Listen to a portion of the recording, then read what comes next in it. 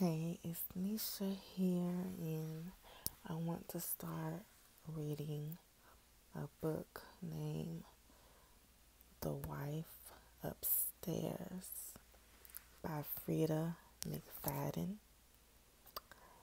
And I just want to get into it. So let's start.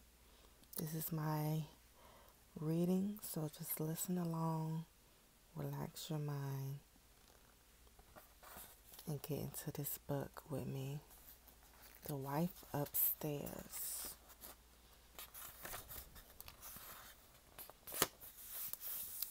Chapter 1, Sylvia. October 2019. If I had hesitated even a minute, everything would have been different. Her face would have slowly turned blue. She would have collapsed to the ground as her lungs screamed for oxygen. Then there would be an ambulance too late. A trip to the hospital, or maybe straight to the morgue. Somber calls to relatives, a husband, a daughter, a son. I never done anything heroic in my entire life. The leading candidate would be this cat I used to feed in an alley next to my building. But I'm not sure if feeding a stray cat counts as heroic. Also, I heard the cat eventually bit somebody, so maybe I was just aiding and abetting a bad-tempered cat. But today, while I'm sitting in a booth in a small diner, now quiet after the early morning rush, I see the elderly woman at the table across from mine, gasping for air. At first she's coughing, then the cough stops and she grows silent. She clutches at her throat the same way the woman does in the poster you always see about what to do when someone is choking. I look around wildly, hoping to spot somebody who knows what to do. My stomach sinks. I'm almost alone in the diner. There's just one man in a business suit, and he's all the way in the back, looking down at his phone. The waitress is nowhere in sight. If I don't help this woman now, it'll be too late. She will die. I learned that the Heimlich maneuver back in summer camp when I was 13. Kevin Mahoney practiced it on me, and I was so excited that Kevin was touching me. It was hard to focus on that. I was learning, but it's not exactly rocket science. You wrap your arms around the choking victim, make a fist, the breastbone, then thrust hard. I push my cup of coffee away and I leap to my feet. The woman is tiny and probably weighs 80 pounds, dripping wet. I easily hauled her out of her seat and wrapped my arms around her frail chest. Then I thrust upwards once, twice, 3 times. It's nearly as fun as when I was practicing with Kevin Mahoney. Just when I'm scared it's not working, a hunk of sausage flies out of the woman's mouth. It lands on the table with a plunk right next to her plate of eggs. I saved her life. For the first time in my life, I'm a hero. What in God's name is wrong with you? Are you crazy? I had thought the old woman would be tearfully thanking me right now. Thank you so much for saving my life. How can I repay you? But instead, she is somewhat less than grateful. Actually, that's an understatement.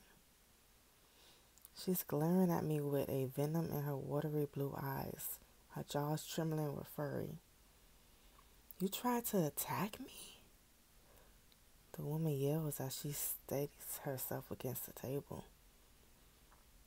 You were choking, I sputtered. The woman snorts like air.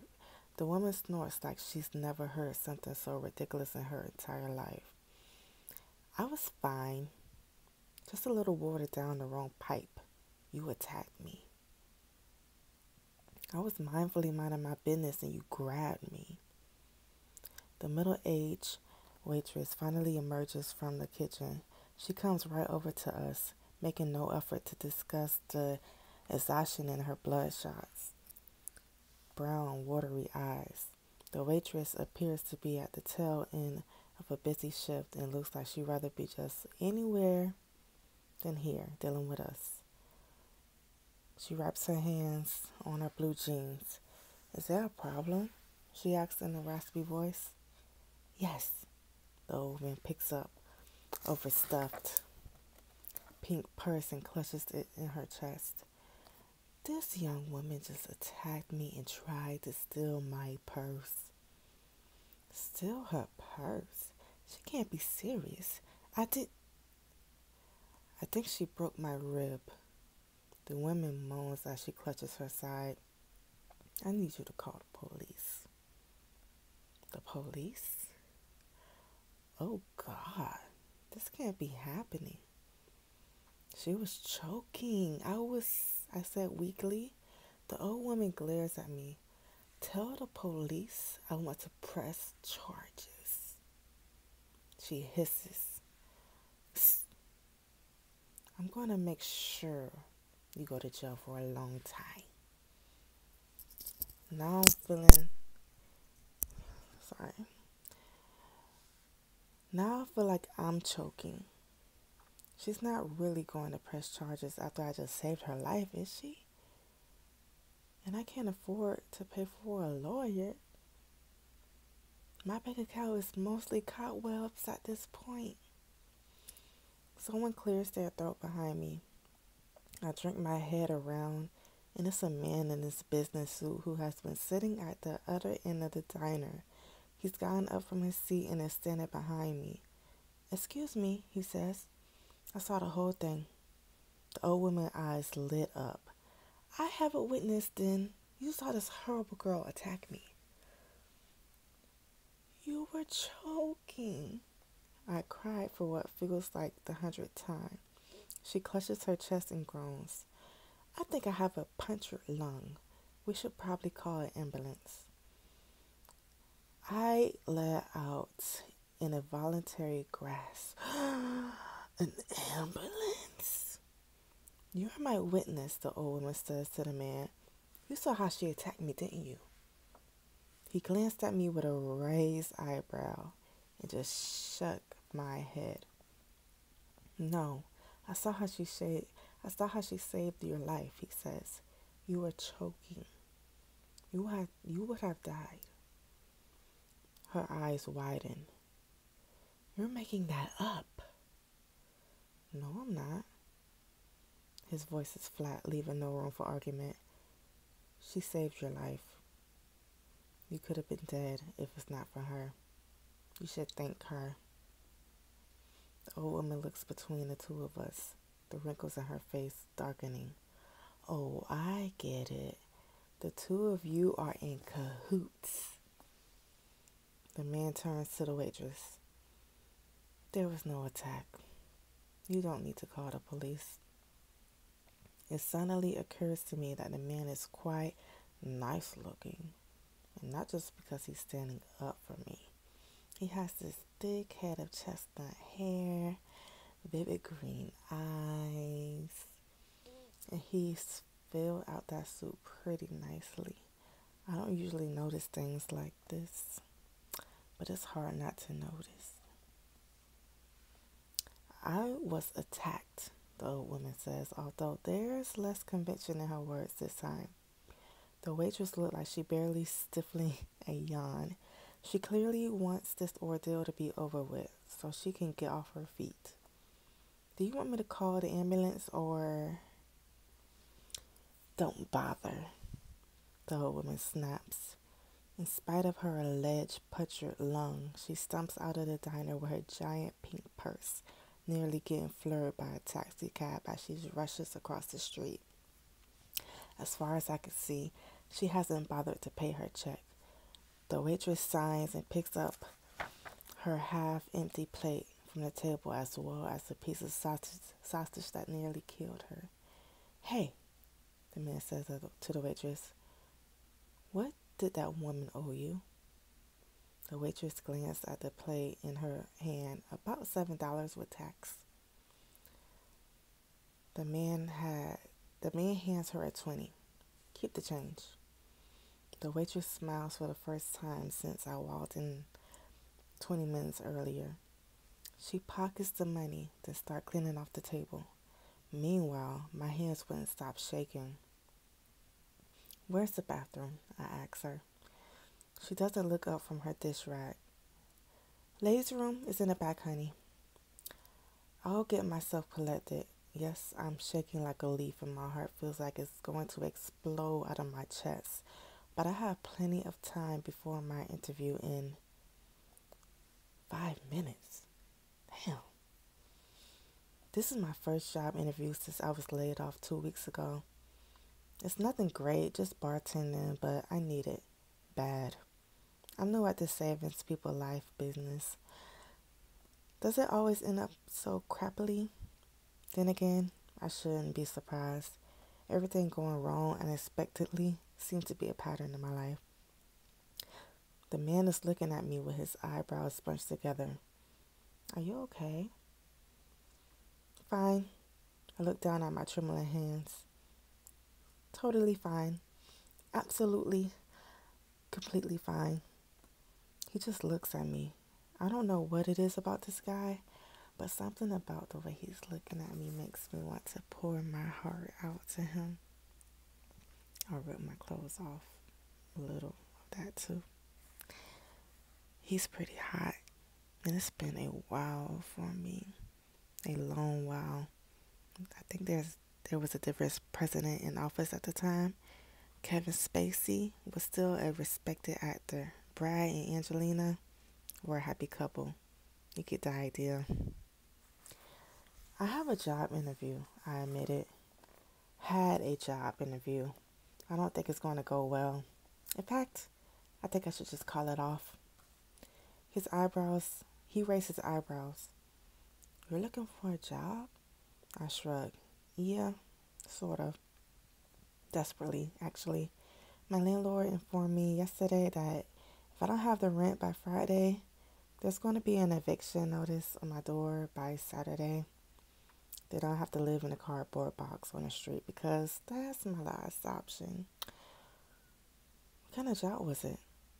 "Well, this one was bartending at a seedy bar that would have paid minimum wage, but, I mean, that's what's available at this time." I stopped talking before I let out how desperate I am. This man is a stranger after all. He doesn't want to hear my depressing life story. He flashes an infectious grin that reveals a row of straight white teeth. My parents couldn't afford braces, so I got two crooked insiders that I'm self-conscious about. My dream, if I ever had enough. Money is to get them fixed. But that's not going to stop. Happens short of a winning lottery. And I can't even afford a ticket. "Do you believe in fate?" he asks. I cock my head to the side. Do I believe in fate? What kind of question is that? It seemed like the kind of question that somebody who has a very good life might ask, because the cards I've been dealt so far have all been losing ones. Starting with my parents, and then Freddie. If fate exists, then all I can say is, doesn't like me very much. "I'm here in the city for an interview myself," the man goes on, without waiting to hear my answer. "I was actually going to interview somebody for a job right here at this diner, except she didn't show up, so."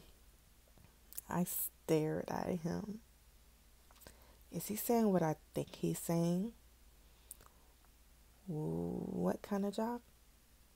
Well, it's He hesitates, then nods his head at his table in the back.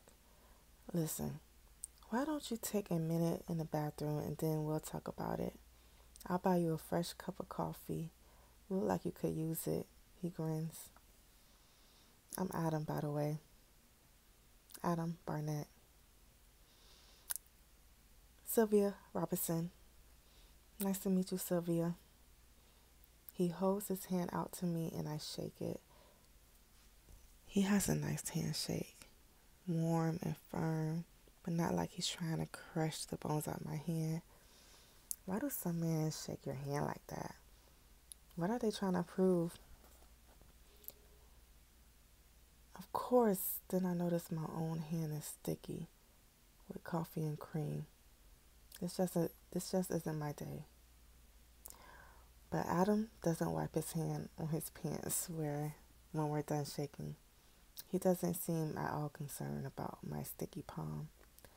So what do you say, he asks. I don't know. Why am I hesitating? A job is a job. And this man seemed nice enough.